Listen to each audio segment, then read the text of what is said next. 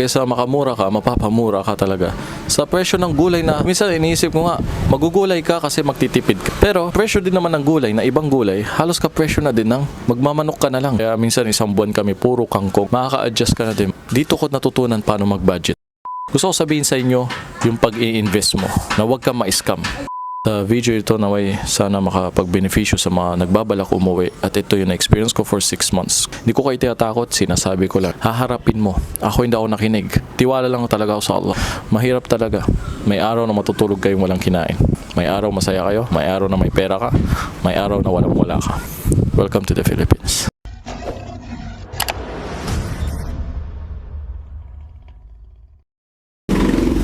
Assalamualaikum, كيف حالكم شو أخباركم? So after 6 months in the Philippines, for 5 years walang vacation. كيف الوضع الآن هنا في الفلبين? Kumusta ang sitwasyon ngayon dito sa Pilipinas? After 6 months experience. So alam ko late na itong video na to, naka 6 months na ako. Kung saan kaya ako dahilan bakit ginawa ito. Because yung pauwi ako, marami ako nakitang parang na-influence. Lalo yung sa video ko, yung mga comments makikita mo na parang gusto tuloy umuwi din. Mismo kahit yung mga naghatid sa akin sa airport or iba sa mga classmates ko kakilala. Yung nakikita yun lang yung saya ko sa pag-uwi, pero hindi na alam saya na may halong lungkot. Sa likod ng mga ngiti may nakatagong pighati. Ito yung lugar na kung saan masaya at malungkot kay ang airport.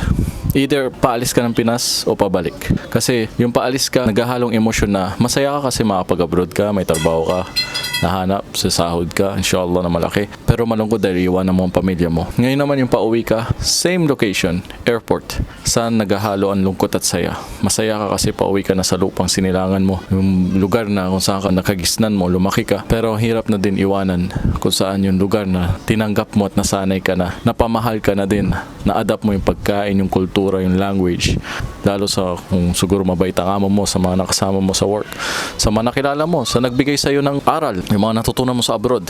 So, ayun. Dagdag ko lang yun about sa airport. So, late ko na nagawa ito kung saan yung naka 1 month na ako dito, sabi ko gagawin ko anong video after 1 month in the Philippines. Tapos sobrang busy.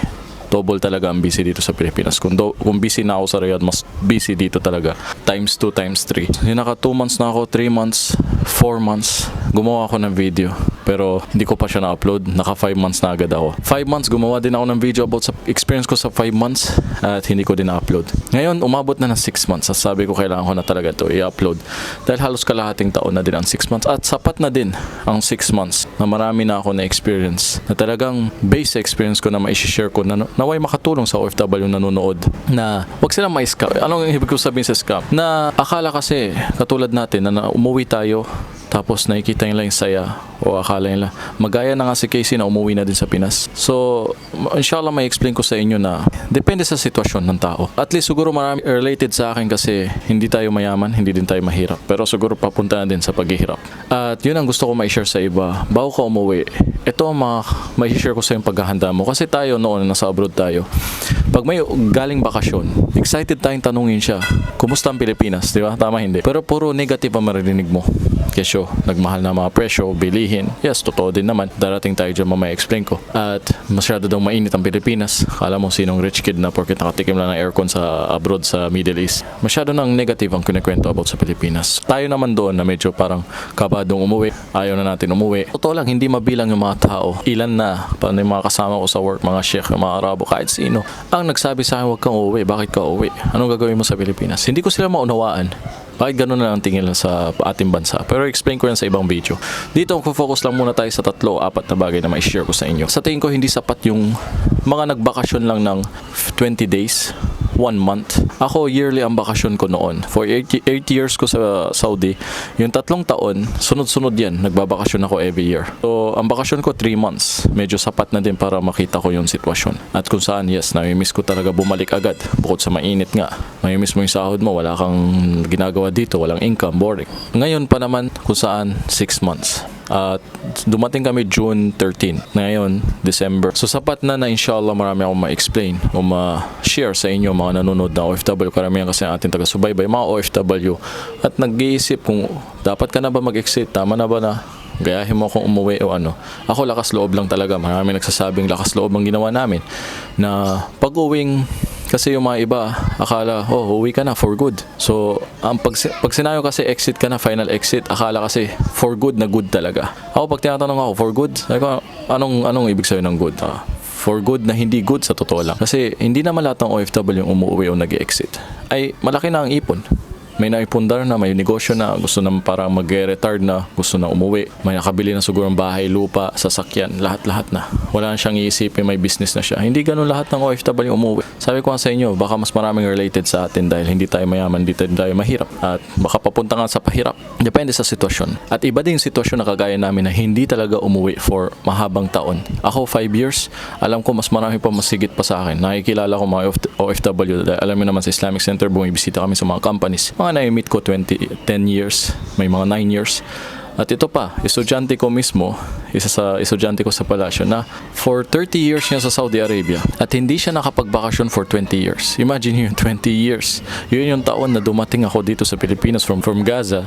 Nasa 10 years old pa lang ako, 2002. Wala pang touchscreen na cellphone. Ngayon, darating siya, marami ng pagbabago. Yun talaga ang inshallah manunood nitong video magbe-beneficyo na mahigit dahil as in wala na siyang idea sa malaking pagbabago ng Pinas, pero lang kung nanonood siya lagi ng balita o update niya sa family.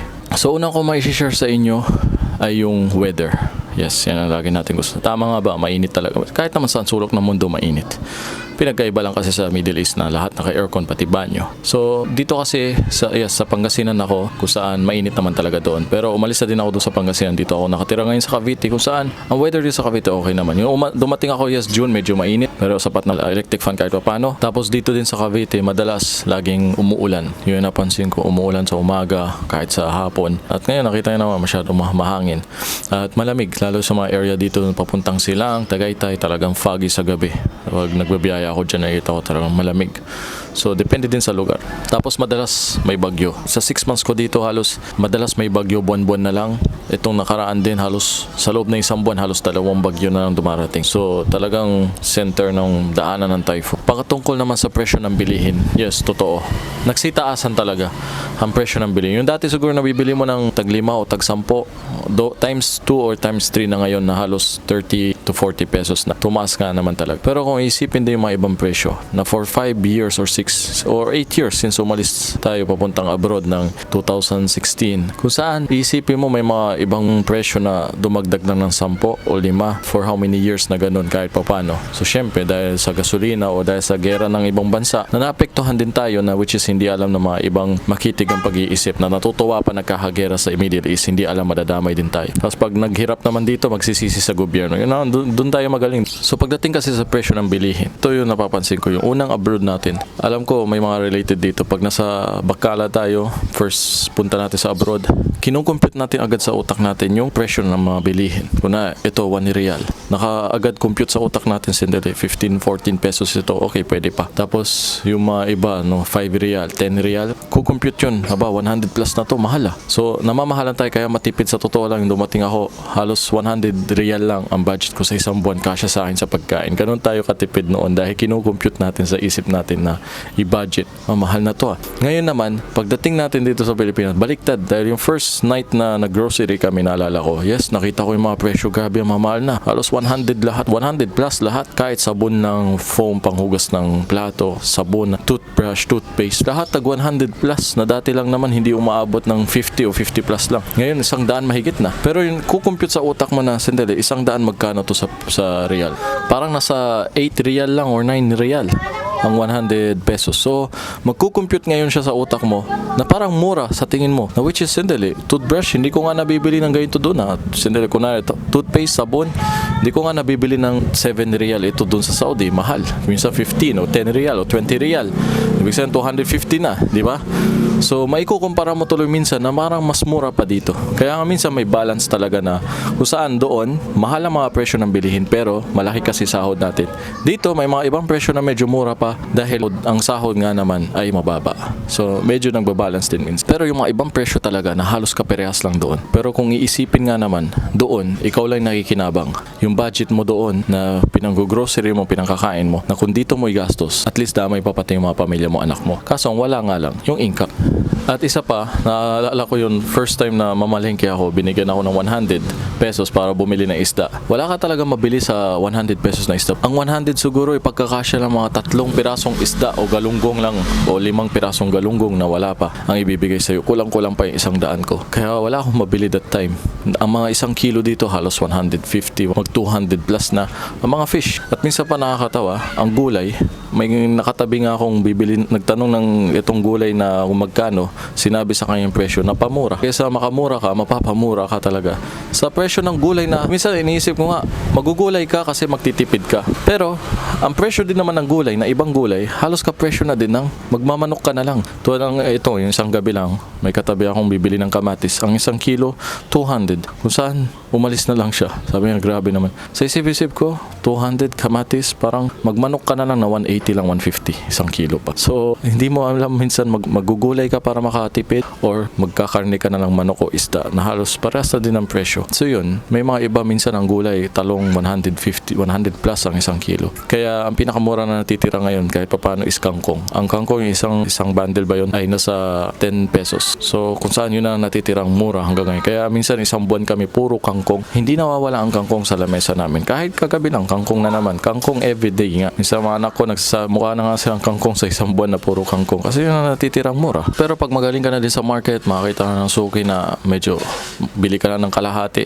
Nasa 80 lang. Good for lunch na may matira konti sa gabi. Dito natuto talaga ako mag-budget kumpara sa Saudi. Wala kahit hindi ko na kailangan manood ng YouTube paano mag-budget ng pera o magbasa ng books about sa paano mag-budget. Matututo ka talaga dito pag walang-wala ka. Paano mag-budget pera sa pagkain, sa pang-araw-araw ng mga anak ko lahat. Next, naalala ko yung gabi na yung nag-grocery kami. Sa halagang 3,000 yata na gastos namin. Yung mga pangangailangan talaga, sabon, toothbrush, yung mga pangangailangan ng family, isang family talaga ng pang-araw-araw. So, konting dilata. Sardines lang at hindi naman ako nagdidilata ng mga sosyal, ng mga tuna. Naka 3,000 kami kung saan medyo puno yung push cart. Kahit pa paano, medyo lagpas kalahati. Naisip ko, kung yung 3,000 na yung kinumpute ko sa isip ko na sa real, halos 250 real lang o 200 real. Kung saan ang 200 real kapag nag-grocery ka sa Batha, ay hindi napupuno ang kahit kalahati ng push cart ay hindi napupuno sa 200 real. Ang grocery madalas namin ay 400, 500 at halos good for 2 weeks lang yon. Kaya sa isang buwan halos babalik ka, so ibig sabihin nakaka 1,000 mahigit. Ang isang magdalawang asawa na may anak na hindi pa kasali doon yung mga gatas or mga kailangan pabilin, pagkain pa lang yun, nakakainin pang araw-araw. So ganun, medyo ang ibang presyo mas mahal pa rin sa abroad kumpara dito. So andun na tayo sa weather, andun natin tayo sa presyo ng bilihin. Masasabi ko, yes, totoo. Nagmahal ang lahat, mahirap nga naman ang bigas. Nabibili ko ngayon, sako, may 1,000, may 1,1, may 1,2. So, ang isang sako na papansin ko, umabot na may isang buwan kahit pa paano. Alhamdulillah, sa araw-araw na pagsasaing sa 4 na batang kumakain. Andiyan ng Allah, siya nagsusustento. Yun yung mindset ko, yung thinking ko, yung uuwi ako. So, walang-wala, bibitawan ko itong magandang posisyon ko, ang gandang trabaho. Pero ang mahirap kasi, yung nga, nagtitimbang na andun ka nga, may pera, ganito. Bukod sa personal ko din na hindi na ako masaya sa paulit-ulit na work, bahay, same routine. Imagine mo, nakatira na ako sa center ng city na Oleya, Takasusi. Ito yung parang Makati ng Saudi Arabia. Yung business center na magandang buildings, magandang mga kalsada. Pero andun pa rin yung nagsawa na ako at naboboring na ako. Kasi may kulang. May pera, magandang lugar, pero may kulang. Yun yung family. Ngayon dito, andito nga yung family mo, anong kulang? Pera naman. So talagang yun ang titimbangin mo. Matindi ang pagtitimbangin mo dito. Kagaya ko na uuwi ka. Na ako sa totoo lang, uwing-uwi since COVID day. Since bago, yung last bakasyon ko pa nga hindi sana ako babalik dahil yung anak ko umiiyak na halos 1 oras. Sabi ko, pag hindi pa to tumigil, hindi na ako alis. Hindi na sana ako mag-abroad yung time na yun. At yung nasa airport ako, hindi na sana ako matutuloy dahil wala akong balik manggagawa na ginawang proseso na bagay na yan. Kaya hindi na sana ako pinaalis. Nakiusap lang ang aking asawa noon sa airport at yun, natuloy tayo, alhamdulillah. Kung saan, doon na tayo nabutan ng COVID lockdown at gusto ko na umuwi that time. Pero dahil sa swab test na pinapasok sa ilong, yun ang hindi ako umuwi hanggat meron yun. Kaya alhamdulillah. Tapos na-expire naman yung ikama ko kung saan ang company ko nagbago ng business. So yung amo ko nahirapan ako i-renew. So pinayagan na ako lumipat sa mga Islamic centers kung kailan. Mahirap na din dahil sa Saudization. So matindi. Kung saan halos 2 years yata ako mahigit na expire na hindi din ako mailipat sa mga Islamic centers dahil hirap din sila magpakafala. At kung saan pwede pa sana ako magkafala sa mga ibang kilala ko. Pero that time sabi ko, uwing-uwi na din talaga ako. Kaya ako lang gusto ma-renew para lang makauwi. Alhamdulillah sa tulong ng Polo, na yung mga kababayan, mga Muslim natin na kapwa doon na tumulong sa atin. Nakauwi tayo. Alhamdulillah, maraming salamat nga pala sa kanila. Kay Sheikh Amin, kay Muhammad, at yung si Mufti, at yung iba pa. May miss ko ba ang Saudi Arabia? Ito yung minsan madalas tanong sa akin. Sa unang punta ko dito, sabi ko never ko may miss. Pag napanood yung yun lang, so, isa sa mga problema dito na pangatlong pag-uusapan natin about sa environment, inshallah. So 2 months, 3 months, sinasabi kong hindi ko may-miss sa Saudi Arabia. Mas nami-miss ko itong Pilipinas. Ito, madali ka makakilos eh. Bumili lang ng motor, puntahan mo saan, kahit mag-jeep ka lang, madali mo mapuntahan bayan to bayan, city to city, mag-bus ka lang. Unlike sa Saudi, ang hirap puntahan yung isang lugar. Yes, kailangan may kotse ka, mahal na nga ang kotse, mahirap yung mga violation, yung mga maintenance, mahal lahat, halos yung sahod mo, iikot lang din doon. Hindi ganun kadali, saka anong pupuntahan mo? Yes, may mga buildings, pero parang paulit-ulit na lang, pati yung mga mall, yung mga pasyalan. Yes, ngayon lang, medyo dumami mga entertainment, pero wala eh. Hindi mo pa rin lugar eh. Hindi doon yung pamilya mo, iba pa rin eh. Dito, nature ang hinahanap ko eh. Bundok, madali lang punta Tagaytay. Andun na eh. Ang ganda ng view, di ba? So, yun yung mga nami-miss ko. At yes, usapan na dito sa about sa environment. Ito din gusto ko bilang panghuli at nakaabot ka sa video na ito. Gusto ko sabihin sa inyo yung pag-i-invest mo na huwag ka ma-scam. Hindi ko lang sinasabi na scam ako, pero about sa kung saan ka maglalagay ng pera sa bago ka umuwi. Importante bahay, di ba? Ako alhamdulillah dito ako nag-invest sa Cavite ng bahay na pinagpatuloy na lang na nag-share ako para may matira yung mga anak ko pag uwi ko. So since COVID pa yata ako nag-share dito for 3 years, hindi ko ginalawan sahod ko. At yun, alhamdulillah ngayon pag uwi na may natira na ako na hindi nag-rent, hindi ka nag-iisip monthly kung saan ka kukuha ng pera pambayad. Lalo mahal na mga rent ngayon dito kung medyo family size na bahay. Pero ang punto, yung bakasyon ko, maganda ang environment. Maluwag ang kalsada. Hindi pa ganun ka-crowded. Pero hindi mo akalain baka after ilang years, for 6 years hindi ako umuwi, ay puno na ng marami ng tao. Parang hindi ko naman sasabihin maging squatter. Pero ganun, narinig ko sa ibang tao, banggit nila kung paano nila i-describe itong lugar na tinitiran ko. Tulad kahapon, hindi ako makapag-vlog dito. Puro kaliwat kanan video okay. Minsan hindi safe, pati sasakyan mo sa labas maaaring mabato na masira dahil nadamay lang sa away ng kapitbahay. So yun ang masasabi ko, na mag-invest ka sa lugar na alam mong, kaya motor ngayon may nagpupukpok. Yun, mag-invest ka sa tamang lugar na alam mong sa future ay magiging safe at tahimik at peaceful para sa'yo. Hindi yung para ka na scam na nag-invest ka nga, may kahati naman, pamilya man ng asa o whatever o ano man magiging problema, pamilya mo naaangkin doon sa lugar. So mahirap, mas mabuti parang may solo ka, solong lugar, solong lupa, malinis na title, sa'yo lahat, walang mangingialam sa'yo. Uuwi ka peaceful, yung bahay mo, walang magkiklaim, ikaw lang at mga anak mo, tapos ang usapan. Maayos na environment, malapit sa masjid, ayun, kung ikaw ay Muslim. So yun ang mai-share ko sa inyo, inshallah. Sa video ito naway sana makapag-beneficyo sa mga nagbabalak umuwi, at ito yung experience ko for 6 months. Baka marami pa akong gustong sabihin, kulang nga lang, masyadong mahaba ang video. I-comment below nyo na lang kung ano pa yung mga katanungan nyo na gusto nyo ipa-vlog sa akin dito bago kayo umuwi. At yun yung sitwasyon kung umuwi ako, katulad nyo lang, baka mas ipon ka pa kaysa sa akin. Ako, 1 buwan ipon lang mula sa sahod. Isang buwan sahod lang ang dala ko. Yung isang na-promote ko na application apps, stick mo, bago ako pumunta dito. Halos nasa 9,000 real lang ang dala ko. So which is halos 100,000 pesos. Siyempre pagdating ko, yung papunta pa lang Pangasinan, pamasahe lahat-lahat, papunta pabalik ko din yung mga bata. Halos ubos-ubos ang 18 doon. Naalala ko nagpapalit ako ng 1.5 ko, halos 18,000 pesos. Ubos lahat yun. Pagkain, pamasahe, papunta dito. So bumili pa ng cash na motor na kesa sumakay kami ng jeep lagi ng maharam ko. May maharam ka na makakatabi niya ibang lalaki. So mahirap sumakay ng jeep bilang isang Muslim. Hindi naman sa tayo maarte.